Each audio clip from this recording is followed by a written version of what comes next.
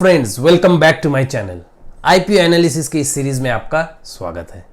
आज हम बात करेंगे पारादीप फॉस्फेट्स लिमिटेड के बारे में। ये कंपनी की आईपीओ आने वाली है। 17 तारीख को आईपीओ खुलेगा, 19 तारीख तक चलेगा। दोस्तों, हम लोग के जैसे करते हैं आईपीओ एनालिसिस में पिछले 2 वीडियो की तरह इस बार भी हम प्रॉस्पेक्टस को एनालिसिस करेंगे, उसके कुछ चैप्टर्स को एनालिसिस करेंगे और मेन पार्ट्स को देखकर एक व्यू बनाने की कोशिश करेंगे क्या यह आईपीओ कैसा है। दोस्तों, इस वीडियो सीरीज का यही मकसद है कि आप खुद से एक आईपीओ का एनालिसिस कर पाए और ये जान पाए कि कैसे एक प्रॉस्पेक्टस को एनालिसिस किया जाता है। मेरे नए व्यूअर्स के लिए एक कस्टमरी इंट्रोडक्शन। दोस्तों, मेरा नाम विष्णु अग्रवाल है। मैं एक कंपनी सेक्रेटरी हूं और एक पैशन से एक एंटरप्रेन्योर। और आज हम बात कर रहे हैं पारादीप फॉस्फेट्स लिमिटेड के बारे में। तो चलिए हमारे स्क्रीन पे चलिए दोस्तों। तो दोस्तों, जैसा कि आप देख रहे हैं मेरा स्क्रीन, जहां पारादीप फॉस्फेट्स लिमिटेड का हम डीआरएचपी खोल रखे हैं। हम हैं अभी इसके कवर पेज पे। कवर पेज पे जो बहुत इंपॉर्टेंट चीज हमें देखना पड़ता है कि ये टाइप ऑफ इशू क्या है। दोस्तों, ये वापस से एक फ्रेश इशू है जहां ऑफर फॉर सेल का भी कुछ पार्ट है। लेकिन आपको जान के बड़ा आश्चर्य होगा, इसका ऑफर फॉर सेल कौन कर रहा है? जी हाँ, गवर्नमेंट ऑफ इंडिया।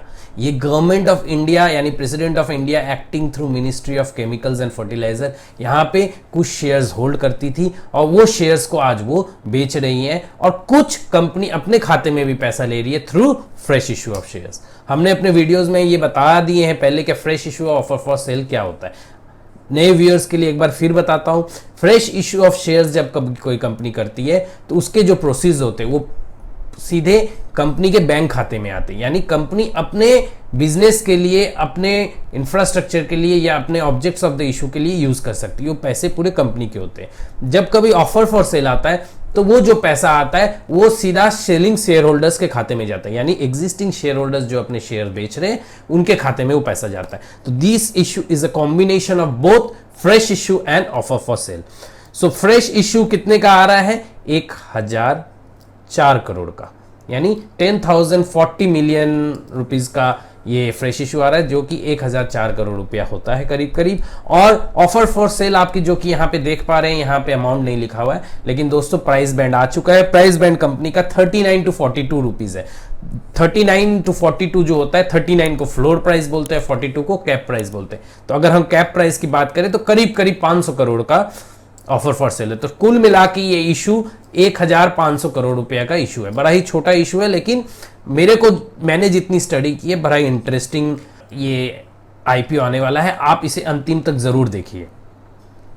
तो दोस्तों, 1500 करोड़ का आईपीओ आ रहा है। Name of sharing share holders जुआरी मैरोक फॉस्फेट्स प्राइवेट लिमिटेड। जुआरी ग्रुप जो इसके एग्जिस्टिंग शेयर होल्डर्स है, कुछ शेयर्स वो बेच रहे हैं और गवर्नमेंट ऑफ इंडिया शेयर्स बेच रहे हैं। तो इन दोनों का कॉस्टिंग क्या है? जुआरी जो शेयर होल्ड करे वो 7 रुपया 63 पैसे में शेयर्स होल्ड करें, जो कि आज वो 39 से 42 के बीच में सेल कर रहे हैं। और गवर्नमेंट ऑफ इंडिया में 10 रुपये में ये शेयर्स खरीदे थे, जो कि 42 रुपये में इन्वेस्ट कर रहे हैं over a period of time. Company को कौन मैनेज कर रहा है, कौन लेके आ रहे हैं इसके इश्यूज? तो 4 बुक रनिंग लीड मैनेजर्स है दोस्तों इसमें। Axis capital, ICICI securities, JM financials और एसबीआई कैपिटल मार्केट। तो ये 4 कंपनीज हैं जो कि आईपीओ लेके आ रहे हैं। Link in time private limited इसके रजिस्ट्रार हैं। अब हम आ गए हैं, जैसा कि देख रहे हैं पहले पेज में, जहां हमको ये दिख रहा है कि प्रोमोटर्स कौन है। इसके प्रोमोटर जुआरी ग्रुप है, जुआरी chemical and the president of India, जैसे कि मैंने पहले कहा दिया है। 10 रुपए की शेयर्स है और 10 रुपए के शेयर्स ये ला रहे हैं 39 to 42 रुपीज।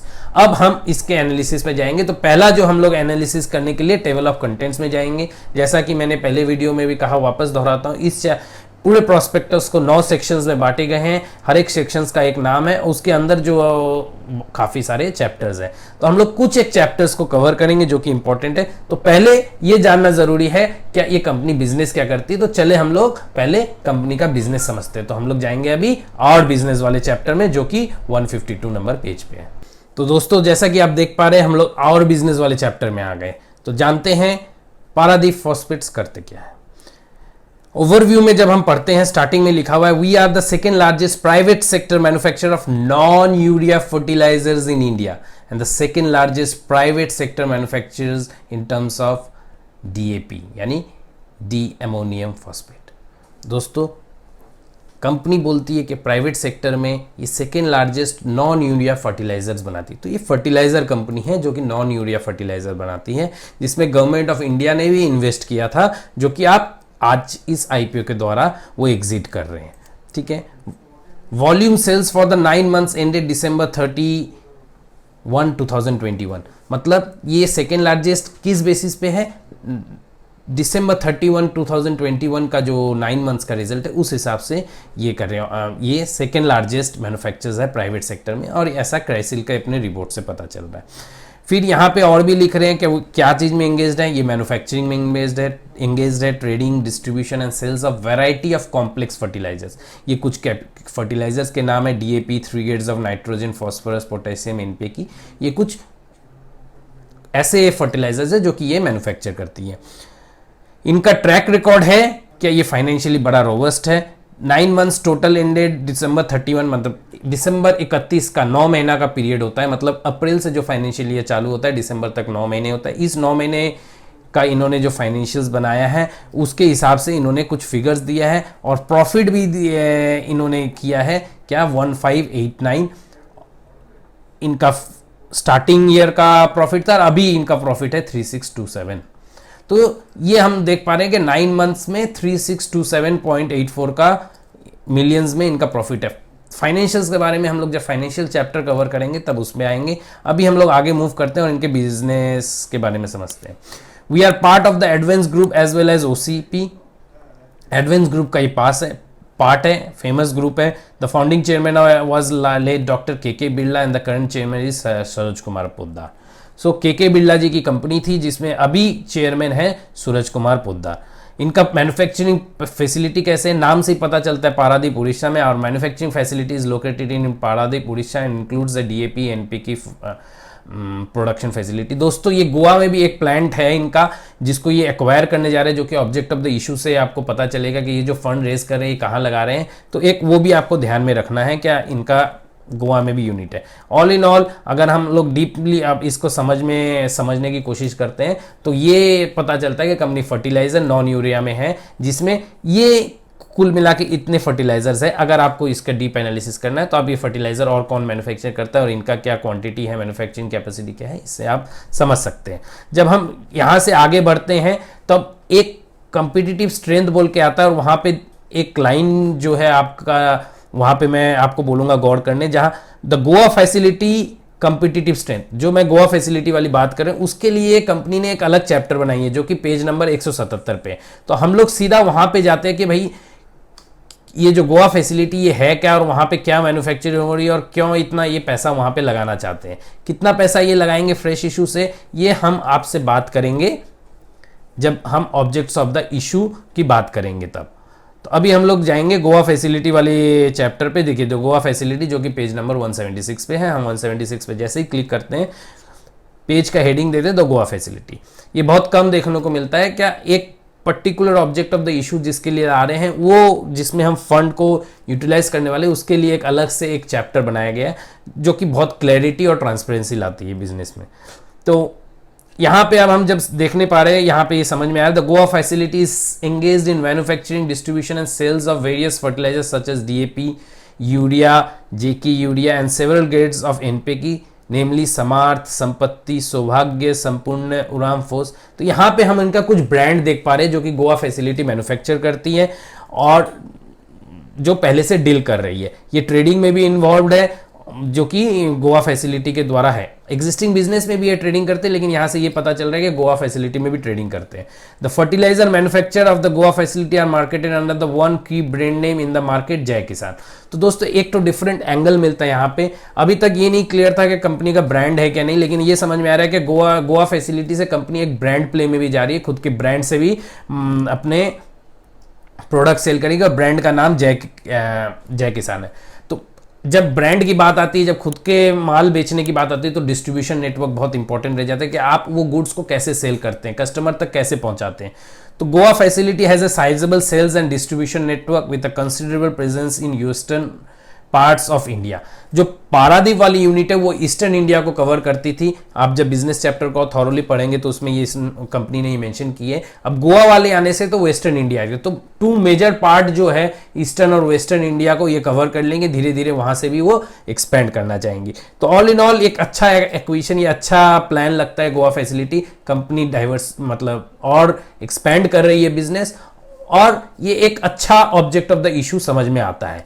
अब इसको फर्दर एनालिसिस करने के लिए बिजनेस एक बार समझ में आ जाता है, अपने आगे जाएंगे फाइनेंशियल स्टेटमेंट को एनालिसिस करने। तो हम लोग पहुंचते हैं समरी ऑफ फाइनेंशियल स्टेटमेंट। क्या फाइनेंशियल स्टेट के समरी में क्या समझ में आता है कि कंपनी क्या अर्न करती है और नंबर्स कैसा है, क्योंकि अल्टीमेटली इन्वेस्टमेंट कॉल नंबर्स के ऊपर ही डिपेंड करते हैं। बिजनेस मॉडल अपनी जगह है। तो अब हम जब नंबर्स की बात करने के लिए समरी ऑफ फाइनेंशियल स्टेटमेंट जाते हैं दोस्तों, 60 नंबर पेज में है। हम जैसे क्लिक करते हैं पेज में आ जाते हैं। इसमें हम बैलेंस शीट पे नहीं फोकस करके पीएल पे आपका ध्यान आकर्षित करना चाहेंगे।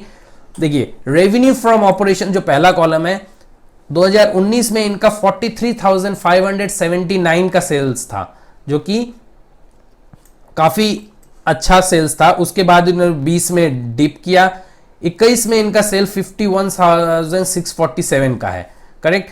अब ये सारे मिलियंस में फिगर है दोस्तों जब हम बता रहे हैं। अब जो इंटरेस्टिंग बात है, क्या करेंट ईयर में 59,599 का सेल्स है, बट ये 9 महीने का फिगर है। कंपनी ने 9 महीने में, इस साल के 9 महीने में पिछले साल का पूरा सेल्स से 20% ज्यादा, ऑलमोस्ट 15 to 20% सेल्स कर लिया। तो 12 मंथ्स का जो सेल्स है वो काफी हाई आने वाला है। तो कंपनी में एक अच्छा ग्रोथ दिख रहा है, यहां से हमको पता चलता है। फाइनेंस देखिए, और अदर इनकम के वजह से भी ये ग्रोथ नहीं, अदर इनकम भी घटा है।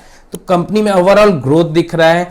ईपीएस में अगर हम स्ट्रेट अवे जाए तो ईपीएस से पता चलता है कि 3.88 लास्ट ईयर का ईपीएस था, करंट 6.30 है। 2 ईपीएस क्योंकि शेयर्स इश्यू हो रहा है, अभी ये डाइल्यूट हो जाएंगी, लेकिन ओवरऑल रेवेन्यू ग्रोथ कर रहा है। अगर हम प्रॉफिट की बात करें तो कंपनी पिछले पूरे साल में 366 करोड़ यानी 3665 मिलियन INR इंडियन रुपीज में प्रॉफिट की थी, जो कि इस साल ऑलरेडी 4,82,000 का 482 करोड़ का सेल कर चुकी है, जो कि 9 मंथ्स फिगर है। तो फाइनेंशियल्स के और से भी हमको ये कंपनी अच्छी लगती है।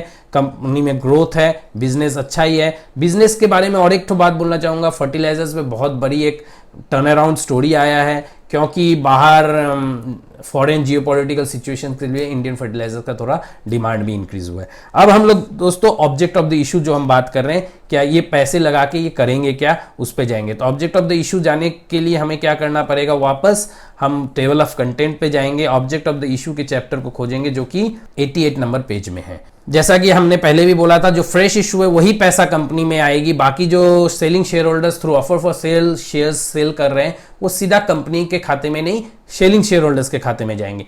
तो कंपनी जो पैसे खुद के पास आती है उसी की हिसाब बताते हैं कि हम वो पैसा कैसे यूटिलाइज करने वाले हैं। तो मोटा मोटी जो कंपनी ने बताया है कि 5,200 मिलियन यानी 520 करोड़ रुपया ये गोवा फैसिलिटी को एक्वायर करने में लगेंगे, और 3,000 मिलियन यानी 300 करोड़ रुपया एग्जिस्टिंग बोरोइंग्स को रीपे करेंगे। तो एग्जिस्टिंग बोरोइंग्स को जब हम रीपे करते हैं तो वहां पे इंटरेस्ट में फर्क आएगा, तो प्रॉफिटेबिलिटी का वहां पे भी फर्क आएगा, थोड़ा मार्जिन और भी इंक्रीज हो सकता है।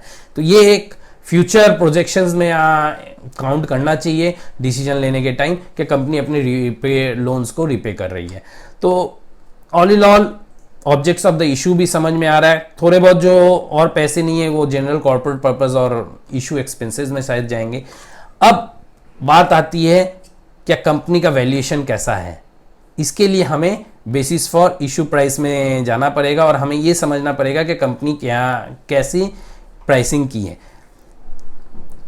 फाइनेंशियल्स वाले चैप्टर से हमें आइडिया लग गया था कंपनी ग्रोइंग है, लेकिन जो प्राइस में इशू ला रही है क्या वो अट्रैक्टिव है। देखिए कंपनी का डाइल्यूटेड ईपीएस 19 में 2.76 था, अभी 9 मंथ्स में 6.30 है। अगर यही पेस रहा जो कि एज्यूम किया जा सकता है कि कंपनी ऐसे ही ग्रोथ करेगी, तो 12 महीना में भी कंपनी अच्छा फिगर लेके आने वाली है। तो इस बेसिस पे अगर हम 6 रुपया 8 रुपया भी अगर समझे कि कंपनी का डाइल्यूट करने में 6 रुपया भी अगर ईपीएस हम समझे, और 42 रुपया में अगर हायर एंड पे ही अगर कंपनी इशू लाती है तो करीब करीब 7 मल्टीपल पे इशू ला रही है, which is not bad. Again this is not a recommendation, ये आपको देख लेना है, अपना एडवाइजर से कंसल्ट कर लेना है कि इस आईपीओ में सब्सक्राइब करें या ना करें। हाईएस्ट पीई जो है कंपनी इंडस्ट्री में 18 है, लोएस्ट 11 है, एवरेज 15 है। आपको ये अच्छा एक कंपैरिजन मिल जाएगा जहां से आपको समझ में आएगा। रिटर्न ऑन नेटवर्थ वगैरह सब कुछ आप देख लीजिए, यहाँ पे दिया हुआ है, जिससे आपको एक व्यू बनता है कि कंपनी क्या है। दोस्तों मैं अगर अपनी बात करूं तो मैं इस कंपनी में एप्लीकेशन करने वाला हूं।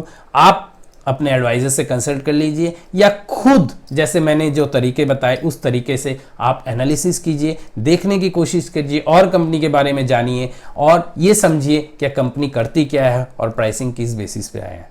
तो दोस्तों आज हमने इस वीडियो में शुरुआत में कवर पेज के द्वारा ये समझने की कोशिश की कि कंपनी क्या आईपीओ ला रही है, कौन सेल कर रहे हैं और कितने की फ्रेश इशू ला रहे हैं। फिर हमने बिजनेस पेज में गया, बिजनेस पेज के बाद एक particular object of the issue Goa facility का जो एक्विजिशन कर रहे हैं उसके बारे में थोड़ा सा समझा। फिर हमने बेसिस ऑफ इशू प्राइस और ऑब्जेक्ट ऑफ द इशू भी देखा। लास्ट में हमने ये एक व्यू बनाने की कोशिश की कि कंपनी ओवर प्राइस्ड है या अंडर वैल्यूड है।